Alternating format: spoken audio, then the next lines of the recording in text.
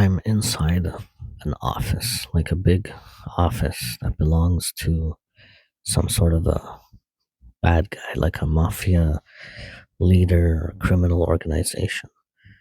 And I have a partner who's sitting across from me, and I'm meeting with this high up boss guy, and he wants us to pull some sort of job where we're going to steal some valuable box. I don't even know what's inside the box. And just like the Harry Potter movies, he's in possession of some sort of a invisibility cloak type thing where you can put it on and you basically go invisible. And I keep telling him that we need to do a practice run, that we should test it out so we can see how well it works. But he's being very secretive, and he doesn't want to. He's saying that it doesn't matter, that this cloak works for sure, and that we can just do the job regardless the first time we do it. And I keep getting frustrated because I want to do a practice run. And then at this point, I realize I'm actually like an undercover agent. I work for like the good guys, and these are the bad guys. And I keep pushing for him to give me the cloak and telling him that we should go and steal something that's less risky and less valuable so that we can really do a trial. And he's very against that. And my partner is just kind of sitting across from me. And he's like not really participating in the conversation. And I'm getting very frustrated. And it's like this big guy behind the desk. Maybe he kind of even looks similar to like a Kingpin character from Spider Man. And he's just so adamant about not letting us do a trial run. And I'm getting so frustrated. And I just keep pushing for it. And I know that the cloak is real too. And I've seen it somewhere before or I've used it. And I just keep trying to access it, like by asking him to give it to me. And he has a big desk and it's kind of like long, made out of wood, but where his feet would go, like underneath the desk, is kind of a big safe. Like that's where this cloak is. And I know it's in there, but it's obviously locked. He's got the combination and he can only access it.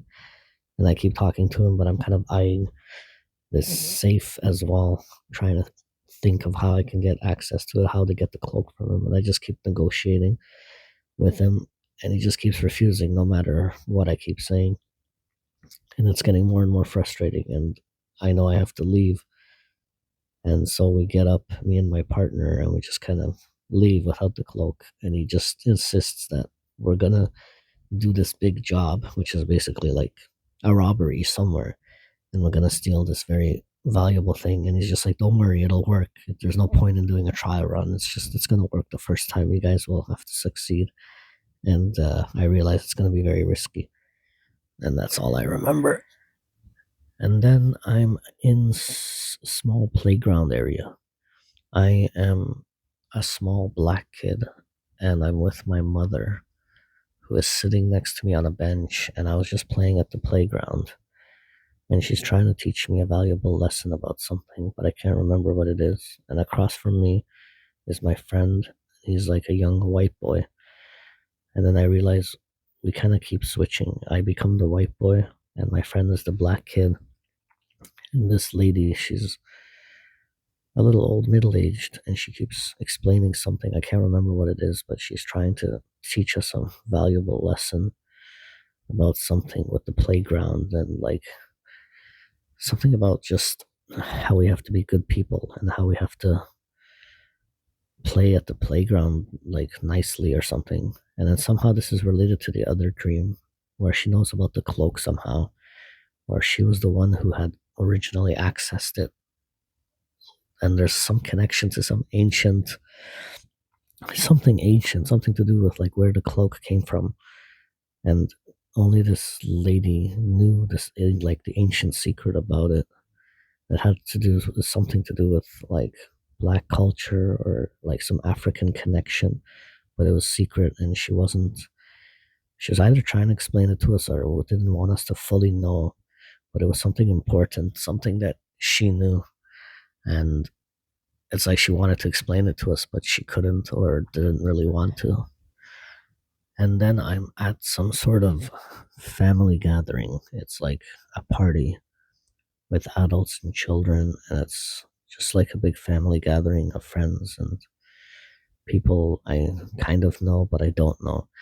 And we're sitting at a long table, and it's indoors, but the kids are kind of running around and playing with toys and different things. And there's a soccer ball, there's a couple soccer balls, and there's this young boy. He's very energetic. He's like, they're all like maybe between the ages of 8 or 9 or 10. And he's running around trying to pick a team. Like he wants to, he's trying to like choose players. And it's kind of like the captain of the teams. And they're each, there's a bunch of kids. And he seems like he has Down syndrome or some sort of like a mental health issue though. And everyone's just letting him do what he wants to and trying to be very polite to him.